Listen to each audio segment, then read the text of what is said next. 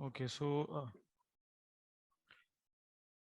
today we are going to discuss about the basic of web scraping. We will start the basic introduction of web scraping, what it is like, which tool we can use for this, and why it is the a need of this time, and why we need to use Scrappy, and some like installation guide, and then we will move on to hands-on session.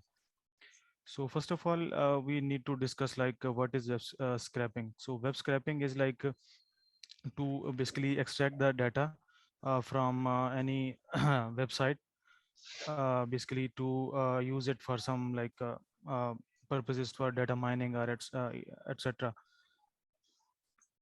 So we basically web scraping is a software technique of extracting information from websites. Basically, we can achieve this through hypertext transfer protocol or embedding with web browser, etc. So the main the what is like the motivation for web scraping. So the main motivation for web scraping is basically आजकल जो है वो आप ये देखें कि जो major chunk of data है वो हमें किस मतलब इन्हीं वेब सोर्सेज पे ही अवेलेबल है, जो बेसिक क्लासिकल वेज हैं डाटा को स्टोर करने के लिए, लाइक डाटा बेसेस और एटसेट्रा। तो उसमें आप major chunk of data store नहीं कर सकते, क्योंकि अब मेजर जो चंक ऑफ डाटा है वो हमें बिग डाटा की सूरत में डिफरेंट वेबसाइट्स पे मिलता है। तो हमें एक ऐसी टेक्निक की ज़रूरत है जो कि हमें वहाँ से डाटा फेच करके हम अपने पास किस तरीके से ला सकें। So this is the like main motivation for web scrapping. और उसके बाद हम थोड़ा सा ये देख लेते हैं कि स्क्रैपी जो है वो बेसिकली क्या चीज़ है। स्क्रैपी एक बेसिकली ओपन सोर्स एक फ्रेमवर्क है for web scraping in a very like fast simple and extensible way. Extensible way का मतलब ये है कि अगर आप एक उसका एक एनी कोई मतलब प्रोजेक्ट बनाते हो, उसके अंदर आप उसका एक स्पाइडर लिखते हैं, उसके बाद आप उसको मल्टीपल उसके अंदर जितना आपका मतलब डिपेंडिंग ऑन द नीड आप उसके अंदर मल्टीपल स्पाइडर्स ऐड कर सकते हैं। और उसके अंदर जो है ना उसको उसके अंदर सारी आपको सेटिंग्स और मिडलवेयर्स और एटसेट्रा सारा उसके अंदर पैकेज के अंदर आपको मिल जाता है। आप उसी को एक्सटेंड करते जाते हैं डिपेंडिंग ऑन द नीड। सो इसके अलावा जो एक चीज़ है कि ऐसा मतलब हम किसी भी चीज़ के बारे में ये नहीं कह सकते कि वो बिल्कुल मुकम्मल मतलब सोल्यूशन प्रोवाइड कर रही है। हम अपनी हिसाब से उन चीज़ों को मतलब अटैच करते हैं, उसके अंदर अडॉप्ट करते हैं। और जो I think the main benefit है स्क्रैपी का वो ये है कि जो अदर टूल्स हैं वो लाइक ब्यूटीफुल सोप और एक्सएमएल पार्सिंग एटसेट्रा, तो आप वो इसके अंदर मतलब यूज़ कर सकते हैं। अगर आप स्क्रैपी यूज़ करें तो वो आप इजीली इसके अंदर कहीं पे भी जहाँ पे आपको ज़रूरत पड़ रही है, आप ब्यूटीफुल सोप की एक्सटेंशन यूज़ करके, अगर उससे आपको डाटा स्क्रैप करना आसान लग रहा है तो वहाँ से भी आप स्क्रैप कर सकते हैं। तो स्क्रैपी आप यूँ कह लें कि आपको एक मोर फ्लेक्सिबल वेज देता है वेब स्क्रैपिंग के। यहाँ पे फर्दर उसी चीज़ की एक फर्दर एक्सप्लेनेशन है कि जो है ये एक automated way है to like extend our different spiders on web pages, or we can easily plug in beautiful soap in Scrappy scrappers if it needs. उसके बाद हम थोड़ा मेरा मतलब मेन फोकस यही था कि हम ज़्यादा से ज़्यादा प्रैक्टिस पे हम काम करें। तो इसमें हमें सबसे पहले अगर हम इंस्टॉल करना चाहते हैं तो बेटर वे ये है कि हमारे पास एक सेपरेट वर्चुअल इन्वायरमेंट होना चाहिए। वो हम किसी भी तरीके से बना सकते हैं गिवन लाइक इन इन सारों में से। उसके बाद हमें बस जस्ट एक कमांड चलाने की ज़रूरत है, पिप इंस्टॉल स्क्रैपी। तो वो जो है हमारे पास सारा उसकी जो भी डिपेंडेंसीज हैं, स्क्रैपी डी इसका एक सर्वर होता है और वो सारी चीज़ें हमें उसके अंदर इंस्टॉल करके दे देता है। तो फर्दर जो है वो हम थोड़ा हैंड ऑन्स कर लेते हैं। उसके लिए मैंने एक जो स्क्रैपी का एक ऑफिशियल ट्यूटोरियल है उसी को फॉलो किया और उसका एक लिंक भी यहाँ पे मेंशन किया हुआ है। तो फर्दर जो है इस पे हम हैंड्स ऑन का सेशन देख लेते हैं। असद भाई के साथ करते हैं ये। जी असद भाई। ठीक है, इससे पहले किसी के क्वेश्चन है तो वो पूछ सकते हैं, तब उसके बाद फिर हम हैंड्स ऑन पे मूव होते हैं। एग्जैक्टली।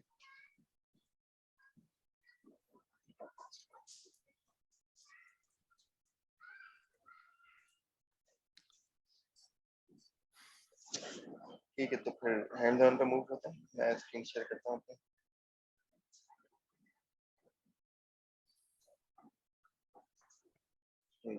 मेरी स्क्रीन आ रही है आपके पास? जी जी। तो ये एक वेबसाइट है brainycode.com। तो हम लोग अपना जो हैंड ऑन का सेशन है बेसिकली वो इसी वेबसाइट को इस हैंड ऑन के सेशन में इसी वेबसाइट को क्रॉल करेंगे। तो सबसे पहले हम किसी भी वेबसाइट को स्क्रैप करने के लिए कुछ चीज़ें हमें देखनी होती हैं जिसकी बेसिस के ऊपर हम लोग डाटा को स्क्रैप करते हैं। तो सबसे पहले हमें इस वेबसाइट के अंदर फॉर एग्जांपल ये कोड्स हैं डिफरेंट टॉपिक्स के ऊपर, फॉर एग्जांपल ये एज कोड्स हैं, तो मुझे ये कोड्स अगर स्क्रैप करने हैं तो सबसे पहले तो मुझे इसमें कुछ चीज़ें ऐसी देखनी होंगी जिनकी बेसिस में आइडेंटिफाई कर सकूँ कि डाटा लोड कहाँ से हो रहा है। तो उसके मल्टीपल वेज होते हैं। पहला तो तरीका सिंपल ये है कि आप इंस्पेक्ट एलिमेंट में आए और इसको एक बार रिफ्रेश करके देख लें, और जो भी आपको डाटा, फॉर एग्जांपल मुझे ये वाला कोड सर्च करना है तो मैं यहाँ पर आके कंट्रोल एफ करूँगा और उसको मैं सर्च करके देख लूँगा। तो जहाँ जिस यूआरएल के अंदर मुझे ये डाटा मिल जाएगा तो उसकी बेस पे मैं आइडेंटिफाई कर लूँगा कि अच्छा ये डाटा इसके एचटीएमएल में मौजूद है या फिर इस एपीआई के अंदर रिस्पॉन्स में आ रहा है, मतलब इसी के अंदर रिस्पॉन्स में आ रहा है, इस यूआरएल के रिस्पॉन्स के अंदर। कुछ केसेस में ऐसा भी हो सकता है कि डाटा आपका जेसन की बेस पे लोड हो रहा हो, तो ये एक इजी तरीका है कि आप जो भी आपको डाटा स्क्रैप करना है उसको आप नेटवर्क कॉल के अंदर आके कंट्रोल एफ करें और आपको वहाँ से जो भी सर्च करना है वो सर्च कर लें, आपको एपीआई कॉल मिल जाएगी कि डाटा आ कहाँ से रहा है। तो फिर आप उस एपीआई कॉल को यूज़ कर सकते हैं फॉर स्क्रैपिंग। ठीक है, ये तो एक तरीका हो गया। दूसरा तरीका ये है कि आप यहाँ पर आके व्यू पेज सोर्स करें, तो भी आप एंड देन आप एज इज अ ये सर्च करेंगे। अगर आपको यहाँ पे डाटा मिल गया तो इसका मतलब ये है कि आपका रिस्पांस जो है वो इसी यूआरएल के रिस्पांस में आ रहा है। अगर आपको आपने इंस्पेक्ट एलिमेंट किया और आपने जो डाटा पार्स करना चाह रहे हैं, स्क्रैप करना है, और वो इसमें नहीं आ रहा इंस्पेक्ट एलिमेंट में, तो आपको ये आइडेंटिफाई, आपको इससे पता चल जाएगा या तो डाटा जेएस जावास्क्रिप्ट की बेस पे लोड हो रहा है या फिर वो किसी एपीआई कॉल के अंदर से आ रहा है। तो ये एक काफी इंपॉर्टेंट चीज है जिससे आपका काफी टाइम बच सकता है। वरना आप ये चीज अगर नहीं देखेंगे स्क्रैपिंग करने से पहले और आपने क्रॉलर पूरा इस यूआरएल की बेस पे और इसकी बेस पे बना दिया है और जब आपने उसको चलाया तो आपको बाद में पता चला कि डाटा तो यहाँ से लोड हो ही नहीं रहा था, तो आपका काफी टाइम ज़ाया हो सकता है। तो उस चीज से बचने के लिए ये दो तरीके हैं जिसको आप यूज करते हुए पता लगा सकते हैं कि डाटा की सोर्स क्या है। ठीक है, उसके बाद हम लोग स्टार्ट करते हैं स्क्रैपी का प्रोजेक्ट बनाने से। तो उसकी भी स्पेसिफिक कमांड होती हैं। मेरे पास एज इसकी पाथ ऐड नहीं है तो मैं एज अ मॉड्यूल यूज कर रहा हूँ पाइथन का, पाइथन मॉड्यूल स्क्रैपी। और कोई भी प्रोजेक्ट स्टार्ट करने के लिए स्क्रैपी का या इनिशियलाइज करने के लिए हमारे पास कमांड होती है स्टार्ट प्रोजेक्ट की। मैं इसको जूम इन कर लेता हूँ थोड़ा ताकि सबको नजर आ जाए। अब क्लियर है? यस। Yes. तो इसके नाम दे देते हैं ब्रेनी कोड इस प्रोजेक्ट को हम। तो ये स्क्रैपी क्या करता है, जब आप स्टार्ट प्रोजेक्ट की कमांड यूज करके कोई भी प्रोजेक्ट बनाते हैं तो ये एक टेम्पलेट प्रोजेक्ट आपको बना के दे देता है और इसके अंदर फिर आप इस प्रोजेक्ट को यूज करते हुए बाकी काम कर सकते हैं अपने। ठीक है, तो अब हम सीडी करके प्रोजेक्ट के अंदर आते हैं और मैं इसको VS कोड में ओपन कर लेता हूँ। ठीक, तो इसके अंदर हम देख सकते हैं कि स्क्रैपी ने जब प्रोजेक्ट इनिशियलाइज किया तो उसने काफ़ी सारी चीज़ें एज अ टेम्पलेट के तौर पे ऐड कर दी हम, जो जिसको हम लोग यूज़ करते हुए अपना काम कर सकते हैं। तो इसके अंदर स्क्रैपी के अंदर कुछ 3 से 4 एक मेन कंपोनेंट होते हैं जिसकी बेस पे स्क्रैपी जो है अपना जो भी पूरा प्रोसेस होता है वो चल रहा होता है। तो वन बाय वन वो डिस्कस कर लेते हैं। मैं आपको यहाँ यहीं से दिखा देता हूँ। सबसे पहले तो हमारे पास स्क्रैपी के अंदर स्पाइडर होता है। स्पाइडर के अंदर आपकी तमाम क्रॉलिंग की लॉजिक आती है जिसके अंदर जो भी आपने जिस वेबसाइट को आप क्रॉल करने के लिए जा रहे हैं उसके एचटीएमएल के लेआउट से या उसकी जेसन के रिस्पॉन्स से जो भी डाटा आपको जिस फॉर्म के अंदर पार्स करना है वो सारा काम आपका स्पाइडर के अंदर होता है। जितनी भी क्रॉलिंग की और पार्सिंग की लॉजिक है वो आप बेसिकली अपनी स्पाइडर के अंदर मेंशन कर रहे होते हो। तो ये एक मेन एक कंपोनेंट आ गया स्क्रैपी का। ठीक है, जो सेकंड कंपोनेंट है स्क्रैपी का वो है आपका मिडिलवेयर। जैसे कि नाम से ही क्लियर है, मिडिलवेयर का मतलब ये है कि मिडिलवेयर आपके जो भी आप रिक्वेस्ट भेजते हैं स्क्रैपी के अंदर या रिस्पांस आता है उसमें, उस रिक्वेस्ट या रिस्पांस की जो भी बीच में जो भी आपको काम करना है या रिक्वेस्ट को आपने मॉडिफाई करना है, रिक्वेस्ट में कुछ एडिशनल पैरामीटर ऐड करके भेजना है, कोई हेडर ऐड करके भेजना है या फिर रिक्वेस्ट में प्रॉक्सी ऐड करके भेजना है, या रिस्पांस की बेस पे फॉर एग्जांपल 200 रिस्पांस नहीं आता तो आपको रिट्राई करना है या फिर 403 रिस्पॉन्स आता है तो आपको रिट्राई करना है। तो जितने भी काम रिक्वेस्ट और रिस्पॉन्स रिलेटेड जितने भी काम होते हैं आपके, वो मिडिलवेयर के अंदर होते हैं। वो सारा काम आप अपना मिडिलवेयर के अंदर लिखते हो, जैसे कि नाम से भी आपको क्लियर है। तो आप मल्टीपल मिडिलवेयर लिख सकते हो जिसके अंदर आप मल्टीपल डिफरेंट काम कर सकते हो।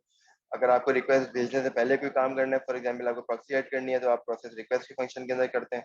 अगर आपको रिस्पांस की बेस पे कुछ एक्शन परफॉर्म करना है, फॉर एग्जांपल किसी पर्टिकुलर रिस्पांस स्टेटस की बेस पे या रिस्पांस मैसेज की बेस पे आपको रिट्राई करना है, तो आप प्रोसेस रिस्पांस के अंदर करते हैं। या एक्सेप्शन की बेस पे भी आप कुछ करना है, तो वो आप प्रोसेस एक्सेप्शन के थ्रू भी यहाँ पे कर सकते हैं। तो रिक्वेस्ट की बेस पे जो भी आपको काम परफॉर्म करना है वो आप मिडिलवेयर के अंदर कर रहे हो। फिर तीसरी चीज आपके पास आती है पाइपलाइन। पाइपलाइन के अंदर जैसे कि नाम सजेस्ट कर रहा है, आपका पाइपलाइन आपका बेस करता है जो भी एक्शन आपको डाटा के ऊपर परफॉर्म करना है आफ्टर स्केपिंग, वो आप सारा काम जितना भी होता है वो आप पाइपलाइन के अंदर परफॉर्म कर रहे होते हो। स्पाइडर से डाटा आपने पार्स किया, पार्स करके जब आप वहां से डाटा आगे भेजते हो तो वो पाइपलाइन के बाद आता है आपकी। पाइपलाइन के अंदर आप डाटा वैलिडेशन भी कर सकते हैं, डाटा के अंदर कुछ चेंजेस करना है, डाटा क्लीनिंग करनी है, डाटा में ऑप्टिमाइजेशन करनी है, कोई भी चीज़ जो आपको डाटा से रिलेटेड करनी है वो सारा काम आप पाइपलाइन के अंदर करते हैं।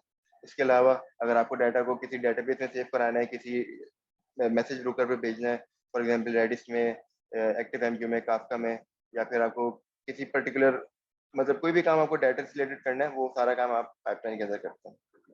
और फिर लास्ट जो चीज़ आती है वो आपकी सेटिंग होती है, जिसमें आपकी स्क्रैपी की तमाम सेटिंग्स मौजूद होती है, जितनी भी कॉन्फ़िगरेशन होती है कि कॉन्फ्रेंसी कितनी रखनी है, रिट्राइज कितने होने चाहिए, हेडर्स इनेबल करने हैं नहीं करने हैं, स्पाइडर कौन से यूज़ करने हैं, आइटम पाइपलाइन कौन सी यूज़ करनी है, मिडलवेयर कौन सी यूज़ करना है, ये सारी कॉन्फ़िगरेशन आपकी settings.py फाइल के अंदर आती है। तो ये कुछ 4 मेन कंपोनेंट्स हैं स्क्रैपी के जो यूज़ हो रहे होते हैं इसके अंदर। तो इस पे किसी क्वेश्चन है?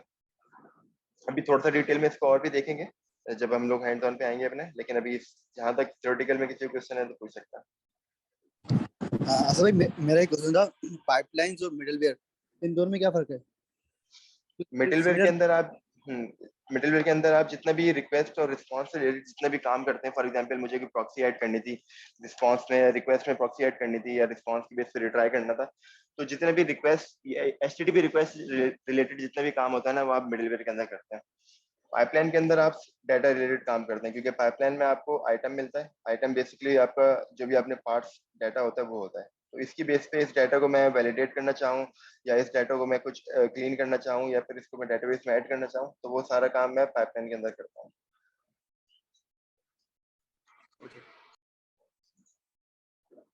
अब इन सारी चीज़ों को डिटेल में अभी हम लोग यूज़ भी कर लेते हैं, ताकि हमें और क्लियर हो जाए कि किस तरीके से यूज़ करता हूँ, किस तरीके से काम हो रहा है। ठीक है,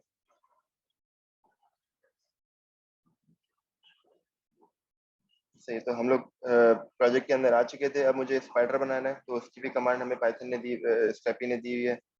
आप स्क्रैपी करें जैन स्पाइडर और स्पाइडर का नेम दे दें। फॉर एग्जांपल यहाँ पे मैं देता हूँ कोड, और जो भी मेरे साइट का डोमेन है वो भी वो दे देते हैं। यहाँ पर हमारे साइट का डोमेन है trainingscode.com। तो इसने बेसिक टेम्पलेट को यूज करते हुए एक स्पाइडर बना दिया जिसका नाम कोट है, और वो हमें स्पाइडर यहाँ पर मिल गया है। तो जब भी आप टेम्पलेट स्पाइडर बनाते हैं कोई भी, तो उसके अंदर 3-4 चीजें होती हैं, मेन चीजें होती है। वो पहली चीज उसका नेम होता है, जिसको यूज करते हुए जिसकी नेम की बेस पे आप स्पाइडर को कॉल कर रहे होते हैं। फिर उसके बाद एक कॉन्फ़िगरेशन होती है आपकी अलाउड डोमेन्स की, जिसके अंदर आप बता सकते हैं कि आपको कौन कौन से डोमेन अलाउ करने हैं इस स्पाइडर को स्क्रैप करने के लिए। अगर आप इसके अलावा कोई और डोमेन क्रॉल करने के लिए जाएंगे, तो ये स्पाइडर आपको नहीं करने देगा, क्योंकि आपने अलाउड डोमेन में सिर्फ trainingscode.com अलाउ किया हुआ। फिर आपके पास आता है स्टार्ट यूआरएल, जिसके अंदर आप स्पाइडर स्टार्ट कहाँ से होगा वो बता रहे होगा। तो यहाँ पर स्टार्ट यूआरएल क्या आया है, trainingscode.com आया है। तो सबसे पहले हम लोग स्टार्ट करते हैं कि किसी एक पर्टिकुलर कोड को किसी एक पर्टिकुलर टॉपिक के कोड्स को स्क्रैप करते हैं। फिर उसके बाद हम लोग टॉप के ऊपर जाएंगे, फॉर एग्जांपल के इस पेज पे आएंगे, जहाँ से जितने भी टॉपिक्स पॉपुलर टॉपिक्स हैं उन टॉपिक्स को क्रॉल करेंगे। फिर उसके बाद इंडिविजुअल टॉपिक को क्रॉल करेंगे। तो सबसे पहले हम स्टार्ट करते हैं इस टॉपिक को क्रॉल करने से। तो मैं क्या करूँगा, मैं इसका यूआरएल कॉपी करूँगा,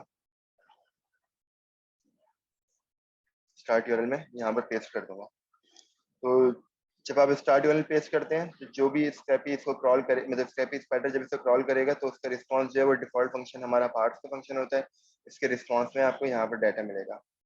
तो इसको इस चीज़ को वेरीफाई कर लेते हैं इस तरीके से कि मैं यहाँ पर इसका रिस्पांस प्रिंट करा देता हूँ। और अगर मुझे स्क्रैपी स्पाइडर रन करना है तो मैं इसको रन इस तरीके से करूँगा, -m क्रॉल और स्पाइडर का नेम, हमारा स्पाइडर का नेम कोड था, हमने यहाँ पे कोड दे दिया। तो आप देख सकते हैं कि ये पूरा से मुझे पूरा रिस्पांस में प्रिंट कर दिया। यहाँ पर रिस्पांस टेक्स्ट की फॉर्म में प्रिंट हो गया, जिसके अंदर यहाँ पर ऑथर का नेम और कोड्स वगैरह भी यहाँ पर सारे आ रहे हैं। इसका मतलब क्या है कि मेरा स्पाइडर जो है सही वर्क कर रहा है और HTML से रिस्पांस सही लेकर आ रहा है। तो अब मुझे क्या करना है, इस रिस्पांस को पार्स करना है। तो पार्स करने के लिए अब यहाँ पर ऐसा देख सकते हैं कि मल्टीपल कोड्स हैं सिंगल पेज के ऊपर, ठीक है। तो सबसे पहले तो हमें ऐसे डिव चाहिए होगी या ऐसा HTML कंटेनर चाहिए होगा जिसके अंदर तमाम एलिमेंट्स आ रहे होंगे। तो अगर मैं देखूं यहाँ पर तो ये कोड लिस्ट के डिव के अंदर तमाम एलिमेंट्स आ रहे हैं यहाँ पर जो मुझे स्क्रैप करने हैं। तो मैं क्या करूँगा, मैं स्टार्ट करूँगा यहाँ से। मैंने इसकी डिव की ID कॉपी करी, अब मैं यहाँ पर सेलेक्टर बनाना शुरू करूँगा। तो डिव एलिमेंट का टैग नेम डिव है, उसकी ID कोड लिस्ट है। तो मैं यहाँ पे एक्सपाथ भी बना सकता हूँ, सीधा सेलेक्टर भी बना सकता हूँ। मैं एक्सपाथ यूज़ करता हूँ क्योंकि एक्सपाथ ज़्यादा पावरफुल होते हैं सीधा सेलेक्टर के मुकाबले में। तो इसके लिए सबसे पहले आप क्या करेंगे, टैग नेम देंगे, फिर आप लगाएंगे स्क्वायर ब्रैकेट्स और जो भी पैरामीटर जो भी HTML का एट्रीब्यूट होता है वो @ से स्टार्ट करते हैं इसके अंदर। फिर आप देते हैं एट्रीब्यूट का नेम, तो यहाँ पर एट्रीब्यूट का नेम ID है और ID की वैल्यू क्या है हमने देखी थी ऊपर, वो थी कोड लिस्ट। तो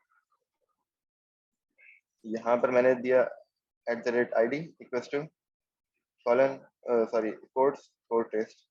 तो इससे क्या हुआ, इसने इसको आइडेंटिफाई कर लिया और ये बता भी रहा है यहाँ पर कि 1 ऑफ 1 एलिमेंट, तो इसको एक ही यूनिक एलिमेंट मिला।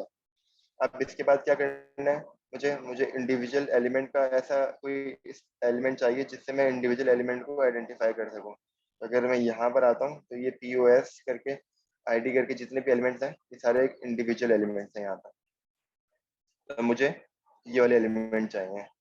तो इसका करने का भी तरीका है, इसको हम लोग क्लास से भी उठा सकते हैं कि वो एलिमेंट जिनकी क्लास के अंदर ग्रिड आइटम आ रहा हो या फिर वो एलिमेंट जिनकी ID के अंदर POS अंडरस्कोर आ रहा हो, क्योंकि ये POS अंडरस्कोर करके और कोई ऐसा एलिमेंट नहीं है जो ID मतलब जिसके और कोई ऐसा एलिमेंट नहीं है, सिर्फ कोड वाले एलिमेंट है जिसके ID जो है POS अंडरस्कोर करके है।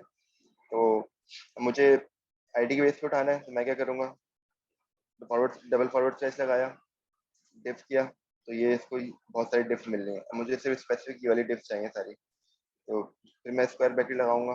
अब यहाँ पर हमने इक्वल्स मैच किया था, हम कंटेंस मैच भी कर सकते हैं। तो कंटेंस मैच के लिए आप यहाँ पे कंटेंस लगाएंगे, ब्रैकेट लगाएंगे, इसको इन ब्रैकेट को ऑन करेंगे। पहला पैरामीटर जो होगा वो आपका एट्रीब्यूट होगा जिसके ऊपर आपने कंटेंट मैच करना है। तो यहाँ पर ID है और कॉमा लगा के सेकंड एट्रीब्यूट जो होगा आपका वो होगा जिसके अंदर अपनी वैल्यू देंगे। मैंने यहाँ पर दे दी POS अंडरस्कोर।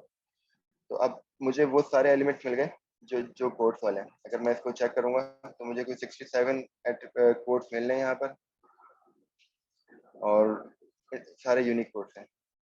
तो सारे यूनिक एलिमेंट्स मुझे यहाँ पर मिल गए।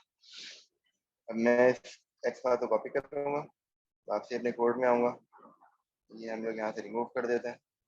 अब यहाँ पर हम लोग सबसे पहले क्या करेंगे, लूप थ्रू करेंगे इसके ऊपर।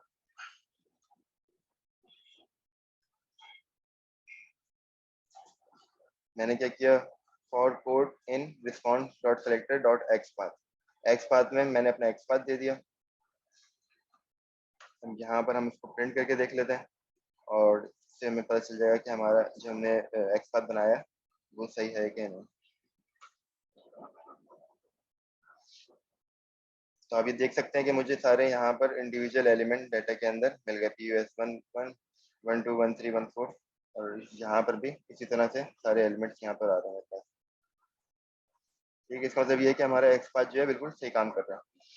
अब यहाँ तक आपका काम हो गया, तो आपका नेक्स्ट काम क्या है कि मैं इसमें से कोड नेम लूँ, कोड लूँ और ऑथर का नेम लूँ। तो सबसे पहले मैं जो भी एलिमेंट मुझे पिक करना है मैं उस पर किया, मैंने इसको इंस्पेक्ट किया, तो मुझे यहाँ से पता चला कि ये इस ए के अंदर div है, div के अंदर ये टैग्स मौजूद है।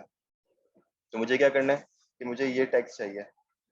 तो इस टैग्स के लेने के लिए मैं यहाँ पर सबसे पहले चेक करूँगा कि कौन सा ऐसा एट्रीब्यूट है जो यूनिक नहीं है और जिसकी बेस पे मैं इस एलिमेंट को उठा सकता हूँ। तो यहाँ पर आप देख सकते हैं यहाँ पे टाइटल के अंदर व्यू कोड आ रहा है, जिससे मैं इस इंडिविजुअल एलिमेंट को आइडेंटिफाई कर सकता हूँ और इसको पिक कर सकता हूँ। तो मैंने क्या करा, इसको कॉपी किया, यहाँ पर आया, मैंने डबल फॉरवर्ड स्लैश ए लिखा और इस टाइटल की बेस पे ये वाला एलिमेंट उठा लिया।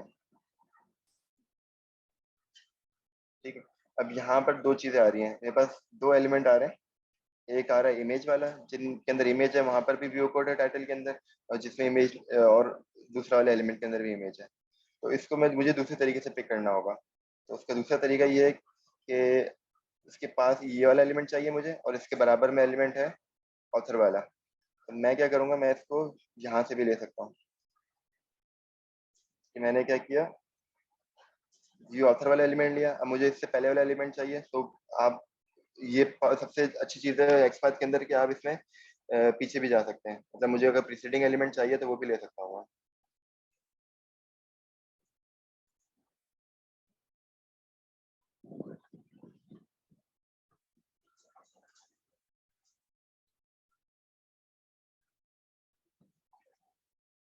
ठीक है, तो यहाँ पर मैंने क्या बोला कि सिबलिंग हो, सिबलिंग मतलब सेम पेरेंट हो उनका, और प्रीसीडिंग सिबलिंग मतलब पिछला मुझसे पहले वाला सिबलिंग। तो व्यू ऑथर से हमने स्टार्ट करा, व्यू ऑथर को पिक किया, इससे पहले आए, तो अब मैं इस वाले एलिमेंट पे आ गया जो एग्जैक्टली मुझे एलिमेंट चाहिए था। ठीक है, अब इस एलिमेंट के अंदर मुझे डिव चाहिए, डिव के अंदर का टेक्स्ट चाहिए। तो मैं सिंपल फॉरवर्ड स्लैश करूंगा डिव और फॉरवर्ड स्लैश टेक्स्ट। तो ये एलिमेंट मुझे अब मिल गया। मैं इसको चेक करूंगा तो ये हर जगह मुझे मिल रहा होगा। मैंने जो आधा यहाँ से एक्सपाथ बनाया था इसको कॉपी किया, यहाँ पर आया, इसको मैंने दिया कोड नाम दे दिया, इसको कोड एलिमेंट कर देते हैं, कोड टेक्स्ट कर देते हैं इसमें यहाँ पर। अब मैंने कोड एलिमेंट डॉट एक्सपाथ, क्योंकि ये इसी के अंदर से कंटिन्यू कर रहे हैं हम, मतलब मेन रिस्पॉन्स के अंदर से नहीं कर रहे, इंडिविजुअल कोड के अंदर से कर रहे हैं। तो मैंने कोड एलिमेंट का एक्सपाथ लूंगा और यहाँ पर डॉट लगाऊंगा। अगर मैं ये डॉट नहीं लगाऊंगा तो वो मेन रिस्पॉन्स के को कंसिडर करेगा। लेकिन अगर मैं कोड एलिमेंट के अंदर से इनर एक्सपाथ और उसके अंदर जाके एक्सपाथ को लेना चाह रहा हूँ तो मैं यहाँ पर डॉट लगाऊंगा। ठीक है, इसके बाद इसको मैं गेट कर दूंगा। अब यहाँ पर अगर मैं इसको प्रिंट करता हूँ तो मेरे पास कोड जो है प्रिंट होने चाहिए।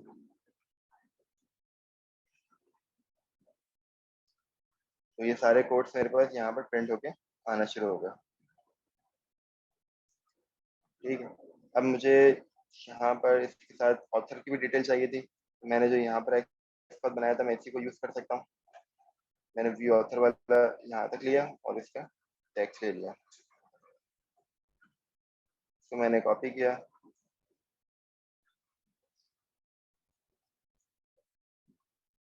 कोड ऑथर किया, यहाँ से लेके यहाँ तक, दोनों को एक साथ प्रिंट करा के भी देख लेते हैं। तो ये आ गया ऑथर का नेम, और ऑथर के नेम के बाद आ गया हमारा कोड। तो सिंपल से हमें इसमें क्या करना पड़ा कि हमने एक सेलेक्टर बनाया है जिसकी बेस पे हम तमाम एलिमेंट्स को एज यूनिकली आइडेंटिफाई कर सकें। फिर उसके अंदर जो एलिमेंट को हमें पार्ट्स करना था उन इंडिविजुअल एलिमेंट का हमने एक्सपाथ बनाया, और उसको जो भी हमने मेन एलिमेंट बनाए थे उसके अंदर से हमने एक्सपाथ करके पार्ट्स कर लिया। तो इस तरीके से हमने कोड का ऑथर भी निकाल लिया और कोड का टेक्स्ट भी निकाल लिया। अब मैं चाहूँ तो इसके अंदर मल्टीपल चीज़ें डिफरेंट डिफरेंट चीज़ें ऐड कर सकता हूँ। फॉर एग्जांपल मुझे इमेज का यूआरएल चाहिए, तो वो भी इतना बड़ा मुश्किल काम नहीं है। मैं व्यू कोड पे आया और उसके बाद मैं इमेज पे आऊँगा, इमेज की सोर्स निकाल लूँगा, तो उससे मैं इमेज का यूआरएल भी निकाल सकता हूँ। तो इस तरीके से आप किसी भी वेब पेज को इजीली क्रॉल कर सकते हैं। यहाँ तक किसी क्वेश्चन है या फिर आगे बढ़ेंगे? असद भाई, सिंगल स्लैश और डबल स्लैश इनकी कोई अलग मीनिंग है? सिंगल स्लैश जी यूज होता है? जी, सिंगल स्लैश ये होता है कि फॉर एग्जांपल ये एलिमेंट है, मैं आपको करके दिखाता हूँ। सिंगल स्लैश का मतलब ये होता है कि मुझे फॉरन मतलब पेरेंट का जो के बाद का फॉरन जो चिल्ड्रन है वो चाहिए, तो मैं सिंगल स्लैश यूज करूंगा। फॉर एग्जांपल इस डिफ के दो चिल्ड्रन हैं, डिफ और ए, तो अगर मैं यहाँ पर डिफ करता हूँ ना, तो मुझे हर एलिमेंट का एक ही डिफ मिलेगा, इससे ज्यादा इसके इनर इनर डिफ नहीं मिलेंगे। अगर कोई होंगे भी ना तो वो नहीं मिलेंगे। ये सारे नेक्स्ट नेक्स्ट एलिमेंट के मिलने हैं मुझे, लेकिन उस एलिमेंट का कभी भी इनर डिव नहीं मिलेगा। लेकिन अगर मैं डबल फॉरवर्ड स्लैश लगाता हूँ तो उसके पेरेंट भी मिलेगा, और उसके अंदर के अगर कोई डिव्स हैं तो वो भी मिलेंगे। ये देखें, इसका ये भी मिला मुझे, और ए के अंदर भी डिव था वो भी मिल गया। तो फॉरवर्ड डबल स्लैश का ये फायदा होता है। ओके सही है। मतलब सिंगल स्लैश जो है वो सिर्फ फर्स्ट लेवल पे देखता है, और डबल स्लैश जो है वो नेक्स्ट लेवल तक एलिमेंट को फाइंड करता है। सिंपल सही है इसका मतलब।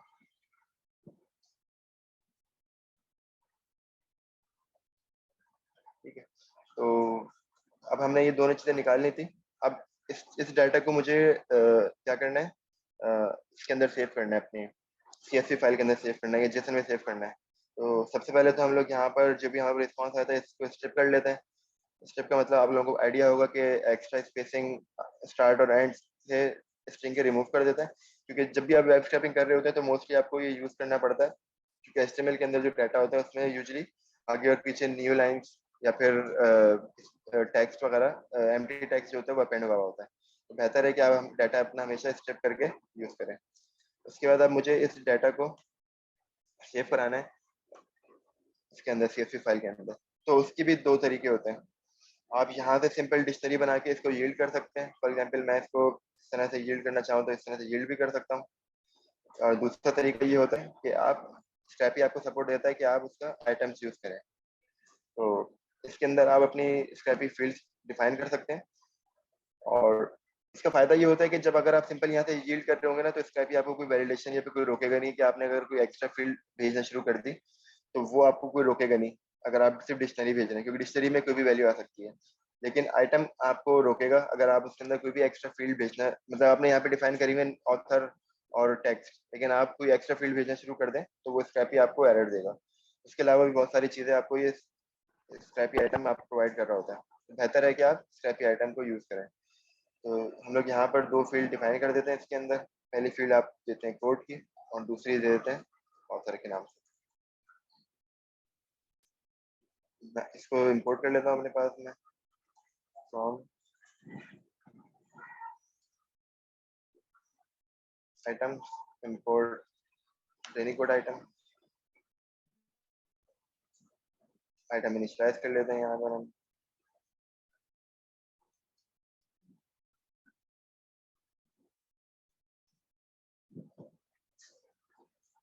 ऑथर का नेम यहाँ पर आ गया, कोड आ गया, और मैं इसको यील्ड कर दूंगा। आप स्क्रैपी के अंदर कभी भी रिटर्न नहीं करते, क्योंकि रिटर्न करते हैं तो आपकी फंक्शन की एग्जीक्यूशन खत्म हो जाती है। लेकिन यील्ड जो होता है वो बेसिकली जनरेटर के लिए यूज होता है। तो जनरेटर जो है आप मल्टीपल रिटर्न कर सकते हैं, तो इसलिए आप हमेशा जो भी आइटम होता है आपका उसको यील्ड करते हैं, क्योंकि स्क्रैपी जो होता है वैसे आप इसके अलावा आगे भी एक्शन परफॉर्म कर सकते हैं यील्ड के बाद। लेकिन अगर आप यहाँ पे मैं कोई भी नेक्स्ट रिक्वेस्ट भेज सकता हूँ या फिर नेक्स्ट ऑपरेशन परफॉर्म कर सकता हूँ, लेकिन अगर मैं यहाँ पे रिटर्न कर दूंगा तो मैं नेक्स्ट ऑपरेशन को परफॉर्म नहीं कर सकता, तो इसलिए हम लोग यील्ड यूज करते हैं। अब मैं इसको अगर यील्ड कराता हूँ, और अगर मुझे डाटा CSV फाइल में यूज सेव करना है, तो उसका सिंपल सा तरीका ये है कि आप -o का मतलब है आउटपुट, और डाटा डॉट CSV। तो ये जब इसको सेव करेगा तो ये इसकी CSV आउटपुट जो होगा वो CSV फाइल होगा। यहाँ पर ये एरर दे रहा है कि कुछ केसेस के अंदर आपका ऑथर जो है एम्प्टी आ रहा है, तो इससे हमें एरर दे दे कि नन टाइप ऑब्जेक्ट को आप स्ट्रिप नहीं कर सकते। तो उसके लिए हम लोग इसको इस तरीके से कर सकते हैं कि यहाँ पे एक चेक लगा लेते हैं कि if अगर ऑथर है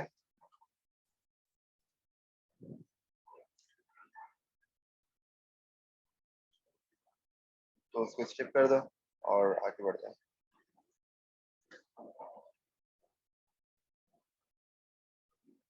तो आप देख सकते हैं कि इसने आइटम स्क्रैप किए हैं, इसमें ऑथर का नेम है और कोड आ गया मेरे पास। तो अगर मैं यहाँ पे चेक करता हूँ तो मेरे पास यहाँ पर एक डाटा डॉट CSV जनरेट हो चुकी है। इसको फाइल एक्सप्लोरर में रिवील करके ओपन कर लेते हैं।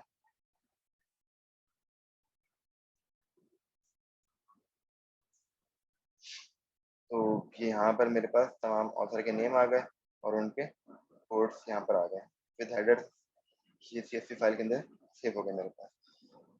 ठीक है, यही सेम चीज़ अगर मैं जेसन फाइल के अंदर करना चाहता हूँ तो मैं वहाँ पे भी कर सकता हूँ। मैं सिंपल से क्या करूँगा, CSV की जगह जेसन कर दूंगा, तो स्टेप उसको खुद ऑटोमेटिकली आइडेंटिफाई करके जेसन फॉर्म में डाटा आपका सेव कर लेगा। तो यहाँ देख सकते हैं कि इसने stored Jason feed in data dot JSON file. अगर मैं यहाँ पर डाटा डॉट जेसन के अंदर आऊँ तो ये जेसन फॉर्म के अंदर मुझे तमाम डाटा मिल गया। इसमें ऑथर का नेम था और कोड आपका मौजूद था। तो इस तरीके से आप बहुत इजीली स्क्रेपी को यूज़ करते हुए अपने डाटा सॉल्व कर सकते हैं और ये काफ़ी पावरफुल टूल है। तो जहाँ तक किसी क्वेश्चन है तो पूछ ले, उसके बाद फिर हम लोग नेक्स्ट पार्ट के ऊपर जाते हैं। सर मेरे 2 क्वेश्चन है, पता नहीं मर्जी है तुम्हारी अगर आप तुम आंसर करना चाहो आखिर में। एक तो ये कि यार इसमें लीगैलिटी के कैसे इश्यूज आते हैं हमें, लाइक बॉट्स वगैरह बहुत सारी साइट शायद अलाउ ना करें, तो उनको कैसे ओवरकम करना चाहिए हमें। और एक और जो मेरा क्वेश्चन है वो ये है कि यार वेबसाइट्स बड़ी डायनामिक होती हैं, तो एक्सपाथ जो हमने यहाँ पे लिखा है वो तो हमने देखा वेबसाइट पे ये ऐसे ही है, ठीक है हमने कर दिया, बट आफ्टर सम टाइम हो सकता है वो चीज़ वहाँ से कहीं और चली जाए। तो ये तो फिर प्रोडक्शन पे आपको इस तरह के मसले अगर फेस होना शुरू हों तो what are the precautions that we should take, like कैसे हमें पता चले कि यार ये तो फट गया चलते चलते, या नहीं होता ऐसे इश्यूज नहीं आते। So these are the 2 questions whenever you want to answer. End में कर लेते हैं मेरे ख्याल से। ठीक है, तो लास्ट पार्ट में हमने जहाँ तक डिस्कस किया था कि हम लोग किस तरीके से जिसन की फॉर्म में या फिर CSV फॉर्म में इजीली डाटा को सेव कर सकते हैं। तो आपको सिर्फ आउटपुट के अंदर फाइल नेम और विद एक्सटेंशन बताना है, तो स्टेपी उसको ऑटोमेटिकली आइडेंटिफाई करके उस फॉर्मेट में डाटा आपको सेव कर लेता है। उसके अलावा ये सारी सेटिंग्स आप यहाँ पर भी बता सकते हैं। तो उसके लिए इस तरीके से आप बता रहे होते हैं, मैं आपको एक दिखा देता हूँ।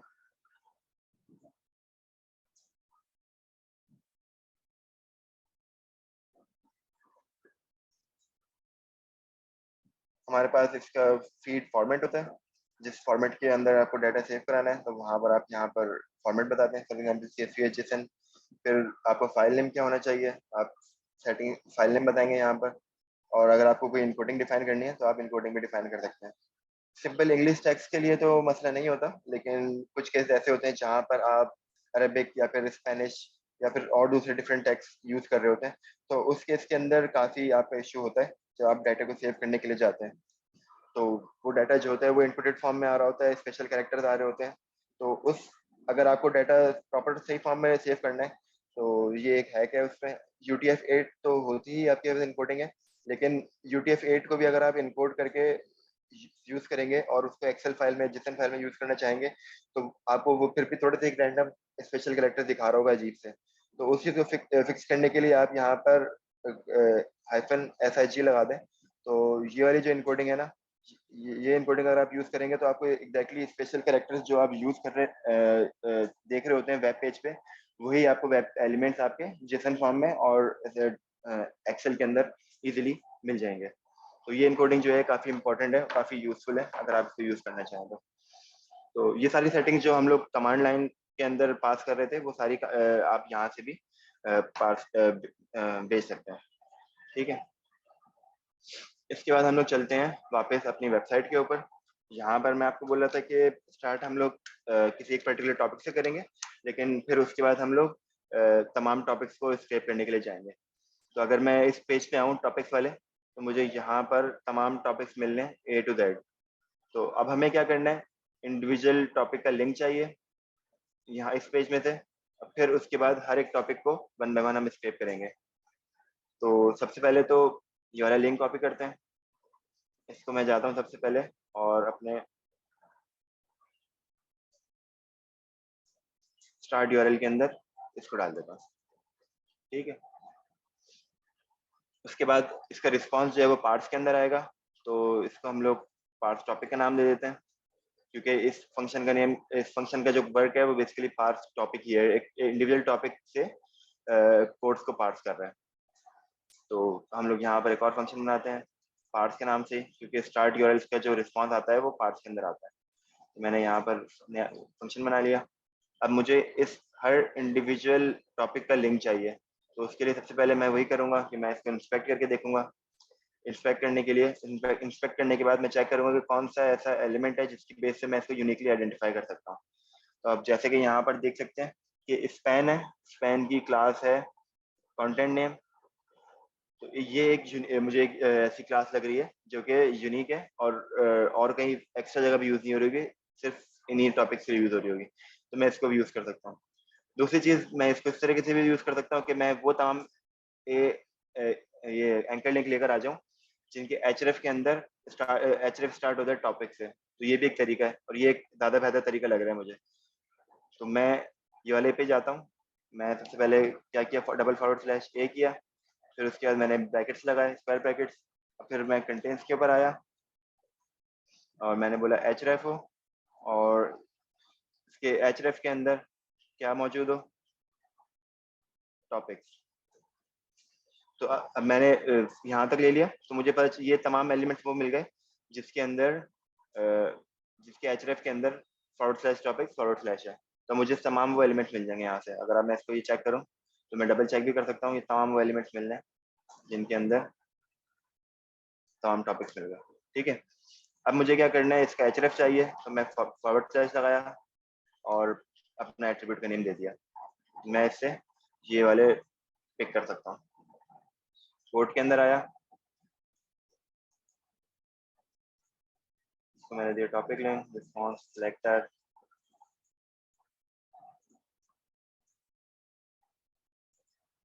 ठीक है,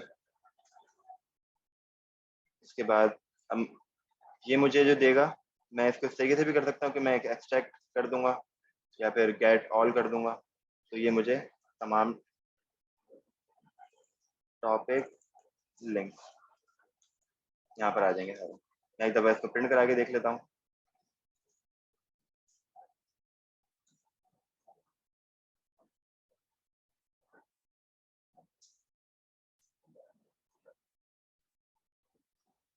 तो अगर मैं यहाँ पे देखूँ तो इसने मुझे तमाम टॉपिक्स जो है यहाँ पर प्रिंट करके दिखा दिए। ठीक है,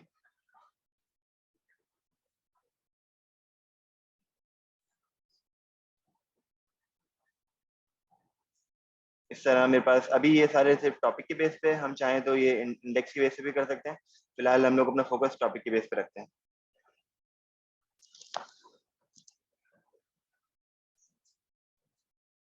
अब मैं हर इंडिविजुअल टॉपिक को लुक कर लेता हूँ।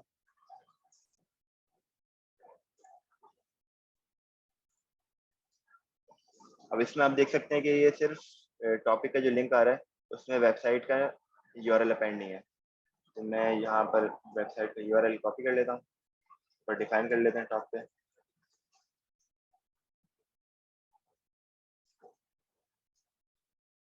और हर टॉपिक लिंक के अंदर,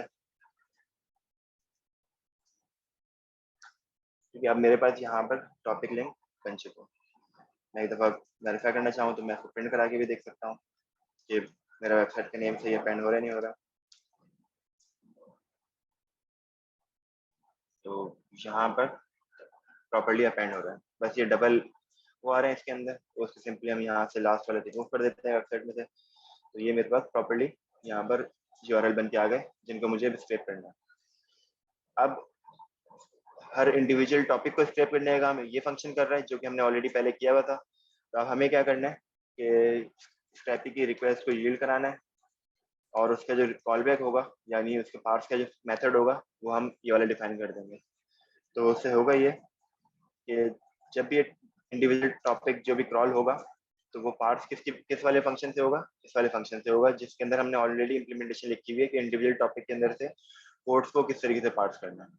तो मैंने क्या किया कि एक स्क्रैपी की इसको लूप किया तमाम टॉपिक के लिंक्स को, और यील्ड क्या किया, स्क्रैपी की रिक्वेस्ट यील्ड करी। यूआरएल के अंदर पहला जो आपका पैरामीटर होता है वो यूआरएल होता है, और फिर कॉल बैक के अंदर मैंने टॉपिक बता दिया। ठीक है, यहाँ पर इसको मैं चलाता हूँ और आउटपुट फाइल हमने ऑलरेडी सेटिंग्स के अंदर डिफाइन कर दी थी कि CSV फाइल है। मैं पुराना डाटा रिमूव कर देता हूँ और अब इसको मैं स्टार्ट करता हूँ क्रॉलिंग पे। तो ये आप देख सकते हैं कि इसने डिफरेंट डिफरेंट टॉपिक्स को क्रॉल करना शुरू कर दिया यहाँ पे। ये ट्रैवल कोर्स भी कर रहा है, वुमेन कोर्स भी कर रहा है, और उसके अलावा कंप्यूटर कोर्स एक्सेट्रा तमाम कोर्स जिन जिन टॉपिक्स जो जो डिफाइन हुए थे वहाँ पे, उन सबके इसने कोर्स को स्क्रेप करने स्टार्ट कर दिया। और ये सारा डाटा आपका जो है वो CSV फाइल के अंदर सेव हो रहा है।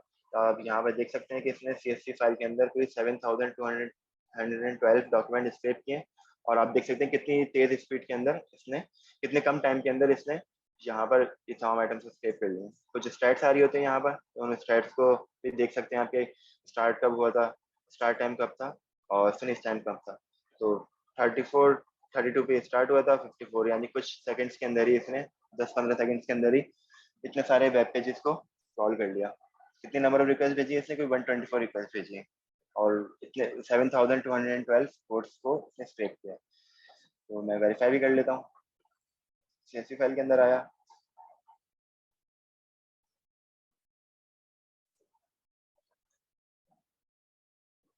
ये तमाम आपको हर टॉपिक के, हर ऑथर के कोर्स आपको यहाँ पर मिल गए, जिनका काउंट था 7,212 13। तो इस तरीके से आप किसी भी वेबसाइट को सॉल्व कर सकते हैं। तो इसमें किसी कोई क्वेश्चन है?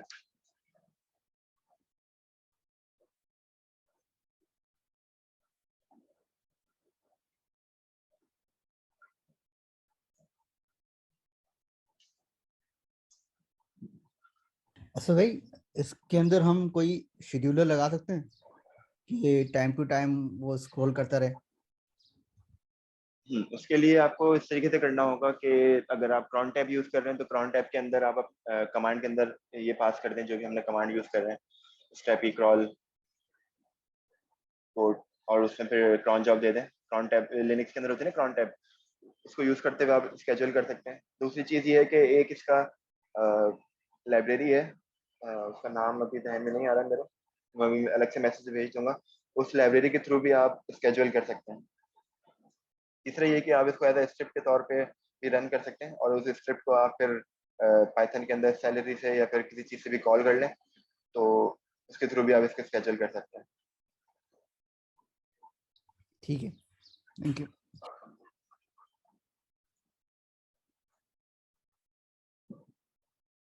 यहाँ तक सबको क्लियर है? ये स्पाइडर किस तरीके से लिखा जाता है, एक्सपाथ किस तरीके से बनते हैं, तो इसके अंदर हम लोग मिडिल पाइपलाइन पे मूव होंगे। ठीक है, यस। तो नेक्स्ट पार्ट जो है अब हमारा पाइपलाइन है। जैसे कि मैंने बताया था कि पाइपलाइन के अंदर आप अपना डाटा से रिलेटेड जितने भी काम कर रहे होते हैं वो सारा काम आप कहाँ कर रहे होते हैं?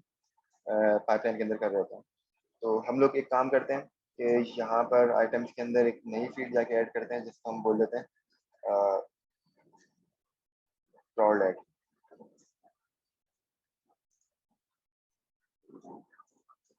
ठीक है, अब ये क्रॉल ऐड की दो चीज़ें हो सकती हैं। क्रॉल ऐड को मैं यहाँ पर भी सेट करा सकता हूँ, ठीक है, और क्रॉल ऐड को मैं और जगह भी सेव करा सकता हूँ, फॉर एग्जाम्पल पाइपलाइन के अंदर भी सेव करा सकता हूँ डाटा को सेव करने से पहले। तो हम लोग क्या करते हैं, instead of saving data in CSV file, हम लोग अपना डाटा MongoDB में सेव कराते हैं, ताकि आप लोगों को थोड़ा सा और आइडिया हो जाए कि किस तरीके से डाटा को सेव, मतलब किस तरह से आपके डेटाबेस यूज करते हुए स्क्रैपी में किस तरह से आप डेटाबेस यूज करते हैं और डाटा सेव कराते हैं। तो यहाँ पर मैं अपना लोकल होस्ट का MongoDB का URL दे दिया मैंने। ये कोई प्रीडिफाइंड सेटिंग नहीं है, मतलब स्क्रैपी की सेटिंग नहीं है, यहाँ पर आप अपनी कस्टम सेटिंग भी डिफाइन कर सकते हैं, तो इसमें भी कंफ्यूजन वाली बात नहीं है। और इसमें मैं डेटाबेस का नेम दे देता हूँ, तो मैं दे देता हूँ बेनी कोर्स, कलेक्शन का नाम कोर्स दे देता हूँ। पाइपलाइंस के अंदर आए, मुझे MongoDB यूज करना है तो मैं PyMongo यूज कर लूंगा इसके अंदर, जो कि एक पाइथन की लाइब्रेरी है MongoDB को एक्सेस करने के लिए। ठीक है, ये जो होता है ये डिफॉल्ट फंक्शन है, उसके अलावा और भी आप फंक्शन डिफाइन कर सकते हैं यहाँ पे। फॉर एग्जांपल मैं यहाँ पर कंस्ट्रक्टर मैंने कॉल किया, कंस्ट्रक्टर के अंदर स्टैटिक्स भी आपको मिल जाएंगी, तो मैं एक दफ़ा कंफर्म कर लूँ क्या फॉर्मेट होता है उसका।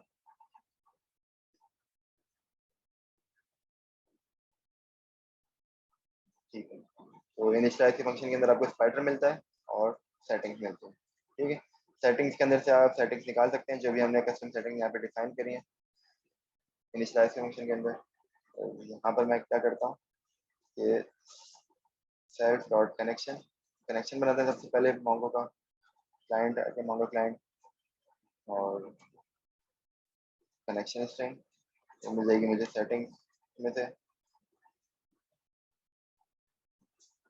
मेरा यूआरएल क्या था, प्रॉपर्टी का नेम यूआरएल मोंगो यूआरएल था, मैंने मोंगो यूआरएल किया, मुझे यहाँ पर कनेक्शन स्ट्रिंग मिल जाएगी।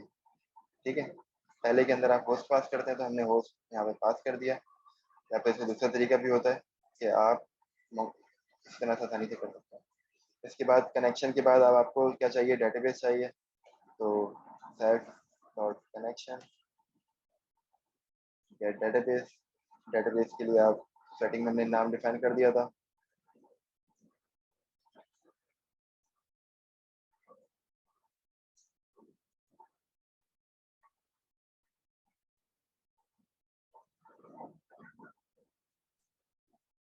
ठीक है, तो हमने डेटाबेस ले लिया, यहाँ पर कलेक्शन का नेम ले लिया और तीसरी चीज हम यहाँ पर अब ले लेते हैं कोड्स कलेक्शन। ठीक है, उसमें कलेक्शन का नाम पास कर देते हैं self dot database dot gate collection. तो अब मेरे पास यहाँ तक मैं कलेक्शन तक आ गया, अब मैं इसके अंदर इंसर्ट अपडेट वगैरह करवा सकता हूँ।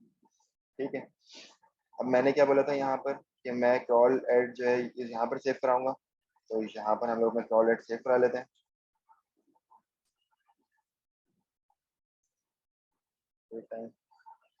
क्रॉल एड के अंदर हमने date time dot now set करा देते हैं और आइटम को रिटर्न करने से पहले self dot code collection insert one और यहाँ पर हम अपना आइटम पास कर देते हैं।